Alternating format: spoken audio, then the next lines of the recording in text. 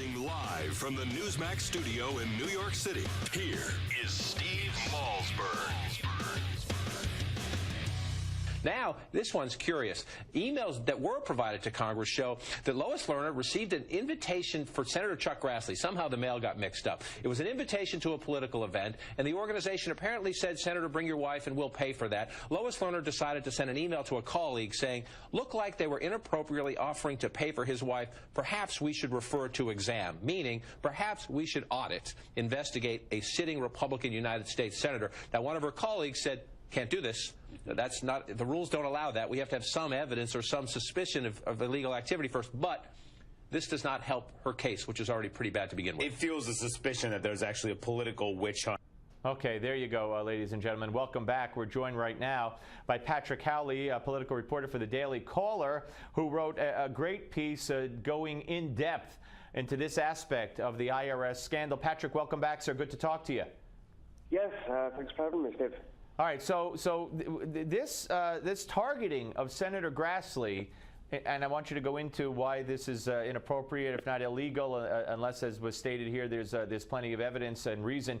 Also, according to your story, this occurred after a block to an Obama nominee, which could make it seem like it was retaliatory.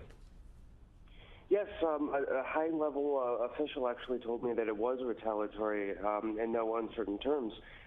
This was a political payback, Lois Lerner carrying out political payback for the Republican Senator Chuck Grassley for blocking President Obama's nominee to head the DOJ tax division. The IRS relies on the DOJ tax division of the Department of Justice to be able to criminally prosecute groups. We remember the story about Lois Lerner conspiring with the DOJ to try to prosecute conservative activists. That would have been a lot easier for them to do if Obama's nominee, political appointee at the DOJ tax division had been confirmed 2 years earlier. Grassley blocked it, and that angered the White House and it angered the IRS. Then Lois Lerner started targeting Grassley. All right, so when you say it was retribution, carrying it out at the behest of who or whom? Well, the White House was very angry that Chuck Grassley was blocked.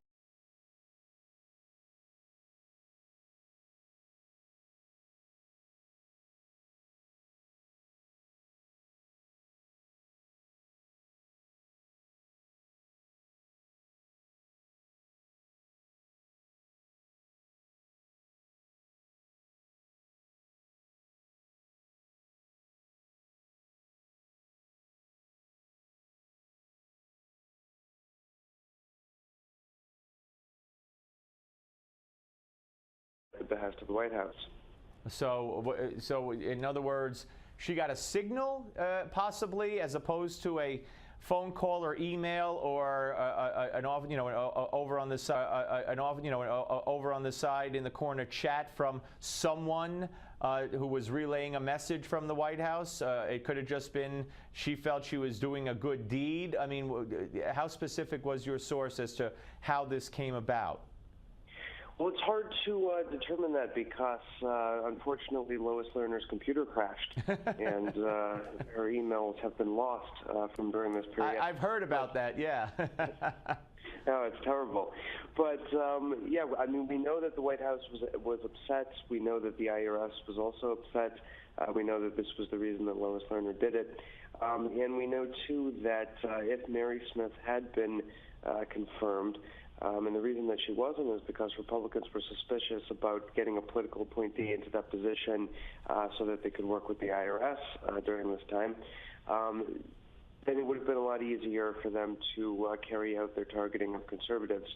So I mean, this was another example of different agencies and different departments within the Obama administration working together in this conservative targeting program, and there are now numerous examples of that. And this act in and of itself, this wanting to go after Grassley, that if it had gone forward would have been against the law?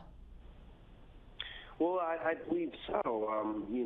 I believe that, if you're trying to, if you're getting somebody's email and you claim that it's accidental, and you're using that email without telling that person to, try to drum up a criminal case against them, I think that definitely there's illegality there.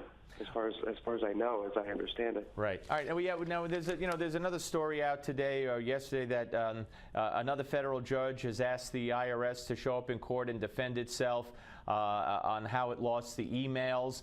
We had one of the representatives from Judicial Watch on this show yesterday who said that I think they have a July 10th court date, probably separate from one of these. But he said that the IRS has never told the judge in the case or told them, Judicial Watch in discovery or whatever, that they've lost any of Lois Lerner's emails. In other words, they've never told them that the computer crashed, the X amount of documents that they've requested are not available. So that's curious in and of itself. But what kind of week lies ahead next week for the IRS when it comes to courts?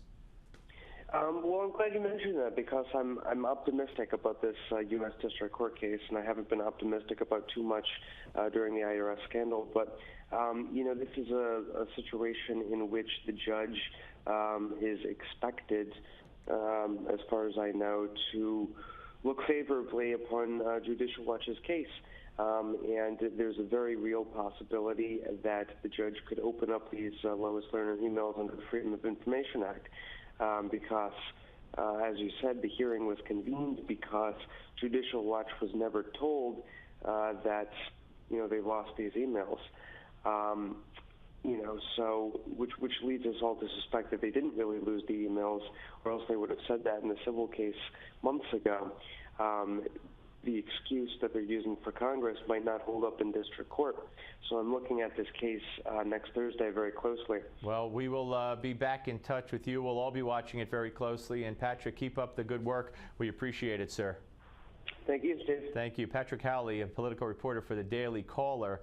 And that was big news when we were told that yesterday by Judicial Watch that the IRS had never claimed to Judicial Watch or to the court in their suit against the IRS and their quest for emails and information that they had lost any of Lois Lerner's emails, that any emails had been destroyed.